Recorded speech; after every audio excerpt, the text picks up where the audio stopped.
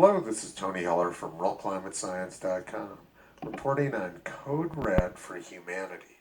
Alexander Solzhenitsyn said, "We know they're lying.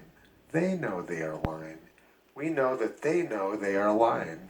They know that we know that they know they are lying, and still they continue to lie." This is the top news item on Twitter today. IPCC's climate change report is code red for humanity, says UN Secretary General. Once in 50-year heat waves now happening every decade, UN climate report. And they have a picture of a house burning up. It can get pretty hot inside a house which is on fire. Pretty scary stuff, but it simply isn't true. The National Climate Assessment shows that heat wave length, intensity, and peak temperatures have all plummeted over the last century.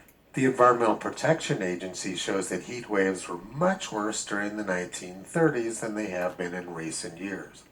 The percentage of the United States which reaches 95 degrees Fahrenheit or 35 degrees Celsius has plummeted over the last 90 years, and this year is at a record low. The frequency of hot days has also plummeted over the last 90 years, with recent years being near a record low. All of the available evidence shows that this claim from the United Nations is completely fraudulent. Here's an article from the New York Times saying a hotter future is certain, and they show a forest fire which can get really hot. So far this year, burn acreage in the United States is near a record low and down more than 90% from the very hot 1930s. Not surprisingly, the record heat and drought of the 1930s was also accompanied by a lot of burn acreage. Antonia wasn't happy about me responding to her with factual data, so she immediately blocked me. Apparently, she prefers pictures of forest fires and solar panels to actual data.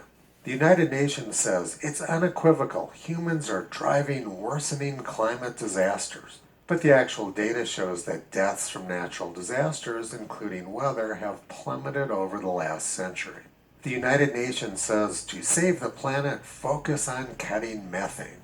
Methane makes up less than 2 parts per million of the atmosphere and has a residence time of less than 10 years because it quickly oxidizes. Radiative transfer modelers frequently ignore methane because its effect is so small as to be negligible. The attack on methane has nothing to do with climate. It's actually an attack on the meat industry.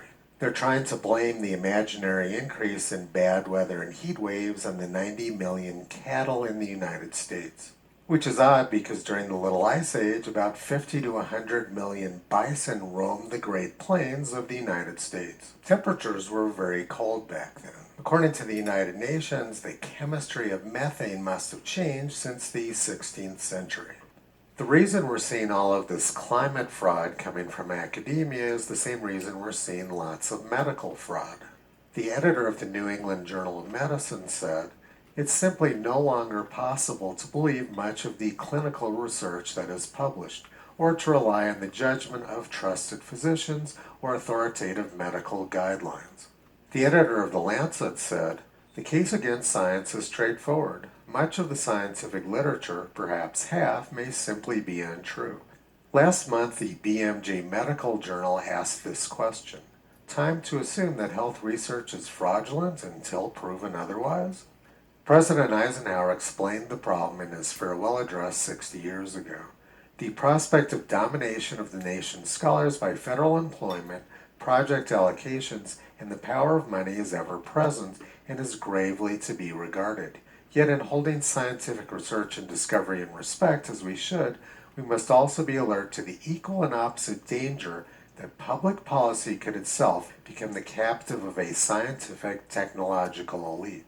What's happened is that a number of very rich people who want to control the energy supply have corrupted academia and the press. Nothing we're hearing about climate has anything to do with reality.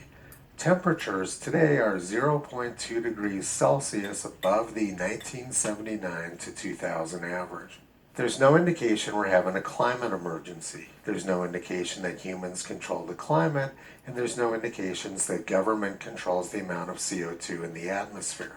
Over the past 30 years, the United Nations has made dozens of climate agreements. None of them have had any impact on the rate of growth of carbon dioxide in Earth's atmosphere. China continues to build hundreds of new coal-fired power plants while the West shuts down the critical fossil fuel infrastructure it needs to survive. We are watching the planned destruction of civilization.